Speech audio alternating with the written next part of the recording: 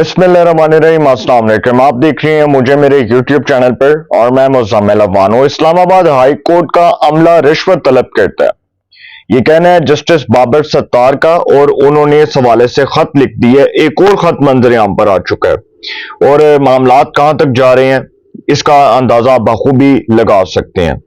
एक तो पहली बात यह है कि जो इस्लामाबाद हाई कोर्ट के हवाले से खबर है वो मैं आपके सामने रखूंगा। बड़ी इंटरेस्टिंग खबर है। एक जज ने खत लिखा है, जस्टिस बाबर सत्तार उनका नाम है, और उन्होंने एक बहुत बड़ा इल्जाम आयद कर दिया है कि इस्लामाबाद हाई कोर्ट का अमला रिश्वत ले रहा है। अब उन्होंने वो सीसीटीवीज की, वो रिकॉर्डिंग्स की उन्होंने बात की है, उसके ऊपर बात करूंगा। दूसरा मामला जो मोहतरमा मरियम नवाज है, वज़ीर आला पंजाब, उन्होंने म्याओ हॉस्पिटल का दौरा किया और इस दौरान उन्होंने एमएस को फारिग करने के काम जारी कर दिए हैं। एमएस के साथ साथ एक और अफसर भी हैं, और मरियम नवाज साहिबा जब हॉस्पिटल गई तो सडनली जब उन्होंने देखा कि किस तरह से मरीज रोल रहे हैं, मरीज जो हैं वो किस तरह से डॉक्टर्स के सामने बेचारे बार बार चक्कर लगाते हैं, किस तरह से डॉक्टर्स जो हैं वो मरीजों को बजाय इसके कि वो मरीजों का ट्रीटमेंट करें, मरीजों की बात सुने, वो मरीजों को जलील कर रहे होते हैं।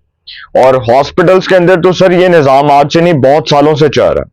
अगर मैं पंजाब की बात करूं तो पीआईओसी, पंजाब इंस्टीट्यूट ऑफ कार्डियोलॉजी, इसी तरह जिना हॉस्पिटल, म्याओ हॉस्पिटल, हमी लतीफ हॉस्पिटल, सर्विसेज हॉस्पिटल, आप किसी भी हॉस्पिटल का निजाम उठाकर देख लें, अगर आपको 100% शफाफ निजाम मिल गया तो सर जो चोर की सजा वो इस फकीर की सजा। मरियम नवाज साहिबा गई वहां पर और उन्होंने वहां पर जाकर एमएस को जिस तरह से डांटा, और उन्होंने कहा कि शुक्र करो कि मैंने तुम्हें गिरफ्तार नहीं करवाया, वरना मैं तुम्हें हथकड़ियां लगवा देती यहां पे। और तीसरा मामला जो है वो ये है कि army chief general Syed Asim Munir, उन्होंने एक बहुत क्लियर स्टेटमेंट दे दी है कि घिनौने अमल के मंसूबा साजों को और इनके सहूलतकारों को कटहरे में लाया जाएगा और इनको इबरत का निशान बना दिया जाएगा। ये स्टेटमेंट उन्होंने दिया बनू में, जहां उनका दौरा था, बनू का दौरा था। बनू में जो शोदा थे उनके लवाहिकीन से उन्होंने इज़हार ताज़ियत किया, और जो जख्मी हैं जिनको इंजरीज हुई हैं उनके जो है वो लवाहिकीन से जाकर मिले और उनके लिए नेक ख्वाहिशात का इजहार किया, दुआएं की उनके लिए। तो आर्मी चीफ ने जो है उन जख्मियों की इयादत भी की। अब वहां पर जाने का मकसद ये था कि जो इस वक्त पाकिस्तान के अंदर जो सिक्योरिटी के मामलात है, आप देख रहे हैं कि जिस तरह केपीके के अंदर कबायली मामलात आप उठाकर देख लें, दूसरे मामलात आप उठाकर देख लें, तो वहां की जो हुकूमत है वो तो इन मामलात से बिल्कुल इल्म है। और आपको पता है कि पाकिस्तान की आर्मी ही पाकिस्तान का वो वाहिद सहारा है जो बॉर्डर्स के ऊपर खड़े होकर दुश्मनों को ना सिर्फ मुंह तोड़ जवाब देती है, बल्कि दुश्मनों की मैली आंख जो है उसको निकाल कर दुश्मनों की कमर तोड़ देती है। तो पाकिस्तान की फौज ही है जिसकी वजह से इस मुल्क में अमन है, खुशहाली है, और army chief general Syed Asim Munir ने वो बेड़ा उठाया जो आज तक किसी पाकिस्तान के आर्मी चीफ ने नहीं उठाया। उन्होंने इन क्लियर वर्ड्स कह दिए कि हम फितना अल ख्वारिज टीटीपी के उन एलिमेंट्स को किसी सूरत माफ नहीं करेंगे, किसी सूरत रियायत नहीं देंगे जो पाकिस्तान के मासूम शहरियों को टारगेट करते हैं, जो पाकिस्तान के मसाजिद को टारगेट करते हैं, पाकिस्तान की इबादत गाहों को टारगेट करते हैं, पाकिस्तान के इंस्टीट्यूशंस को टारगेट करते हैं, पाकिस्तान के मासूम शहरियों को टारगेट करते हैं। आर्मी चीफ ने कहा कि हम उन लोगों को नहीं माफ करेंगे। ये एक क्लियर मैसेज है उन लोगों के लिए जो दहशत गर्दी को फैलाने वाले एलिमेंट्स हैं, जो दहशत गर्दी के पीछे एक माइंडसेट है, जो फितना अल ख्वारिज टीटीपी के ना सिर्फ मरकजी किरदार हैं बल्कि उनको सपोर्ट कर रहे हैं सोशल मीडिया की सूरत में, जो है वो डिजिटल दहशत गर्दी की सूरत में, बहुत सी चीजें हैं। तो आर्मी चीफ ने तो सर कह दिया। अब इसके ऊपर उन लोगों को तो क्लियर मैसेज मिल गया जिन लोगों को मैं ये बताना चाह रहा हूं कि जो लोग दहशत गर्दी को प्रमोट कर रहे हैं। देखें, अफगानिस्तान का जो मसला है वो पाकिस्तान की सालमियत के लिए खतरा है।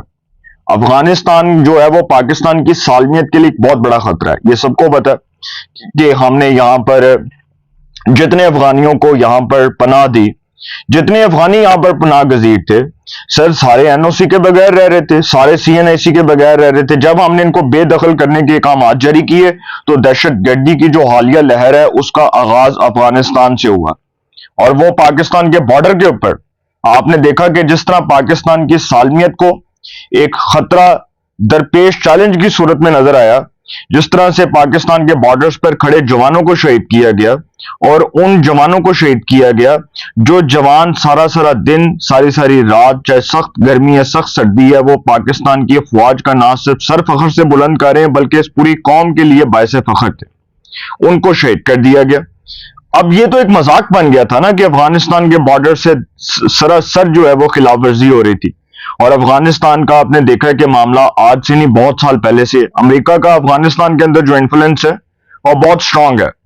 और आप देख लें कि जब हामिद करजई अफगानिस्तान के सदर थे तो परवेज मुशर्रफ साहब जब पाकिस्तान के सदर थे, और उस वक्त आई थिंक वो बुश थे, तो पाकिस्तान के अंदर टेररिज्म कैसी आई थी वो भी सबको पता है।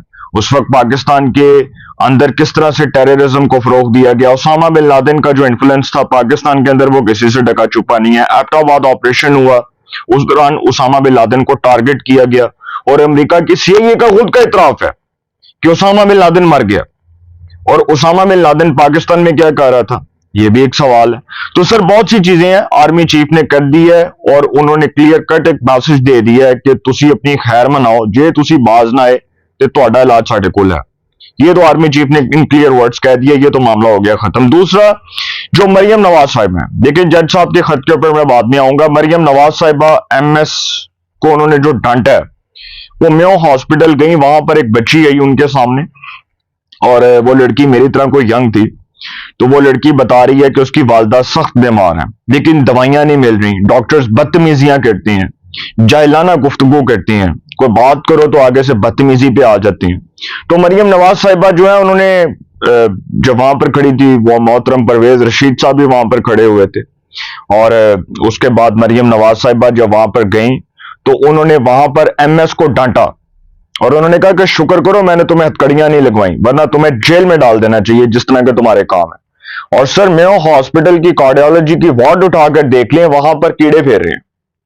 मेयो हॉस्पिटल की जो कार्डियोलॉजी की वार्ड है, जो दिल का, जो वहां पर जो दिल की वार्ड है, तो दिल के जो मरीज हैं वो बेचारे खुद जो हैं वो बता रहे हैं कि वहां पर कीड़े फेर रहे हैं। मेयो हॉस्पिटल जैसे हॉस्पिटल का सर ये निजाम है, तो आप देख लें कि services hospital, Hameed Latif hospital, Sheikh Zayed hospital, Jinnah hospital का क्या निजाम होगा। आप जाकर देख लें हॉस्पिटल्स के निजाम। लोग तो बड़ी बातें करते हैं कि जी हॉस्पिटल्स के अंदर तो जी मरीज रोल रहे हैं, बिल्कुल ठीक कहती हैं। डॉक्टर्स ने मरीजों को कहीं का नहीं छोड़ा। जब डॉक्टर से बात करो तो आगे से जी वो जी पेशेंट को ट्रीट करने की बजाय उससे बदतमीजी करते हैं। ये किसी एक हॉस्पिटल की तो बात नहीं कर रहा है, ये सारे हॉस्पिटल्स का निजाम धर्म भरम हुआ हुआ है, सारे हॉस्पिटल्स के निजाम का बेड़ा गर्क हुआ हुआ है, और किसी एक हॉस्पिटल में तो सर ये प्रॉब्लम नहीं है ना।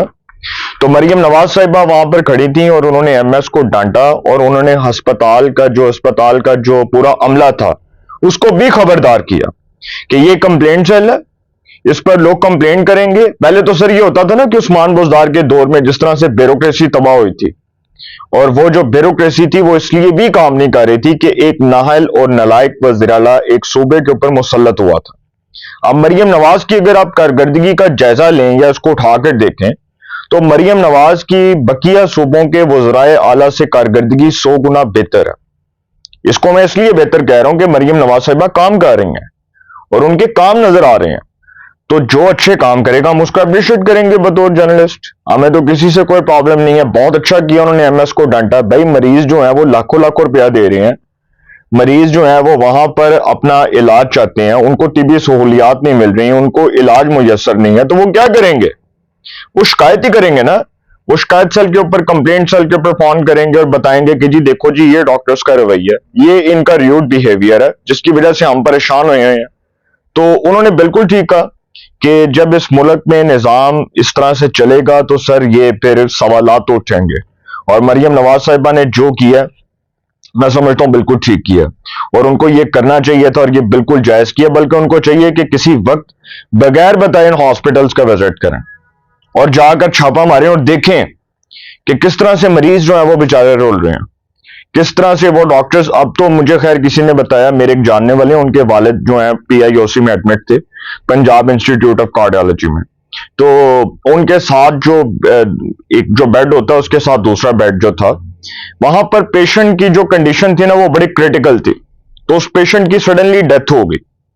उस पेशेंट की डेथ के ऊपर वहां के अमले ने उनसे पैसे मांगे कि जी ये जो लाश है इसके भी पैसे दो। ये देखें सर, ये इस मुल्क का निज़ाम है कि देखें ना, डॉक्टर सडनली क्या कहते हैं कि जब ऑपरेशन होता है एक मरीज का, एक पेशेंट का, तो या तो उसको बचा लेते हैं या तो अल्लाह ने उसको बचाना हो तो वो बच जाता है। अगर उसने इस दुनिया से जाना है तो इसका मतलब कि उसकी डेड बॉडी के भी पैसे लेने हैं हमने। तो सर ये निज़ाम है पाकिस्तान में, इसको बदलने की जरूरत है।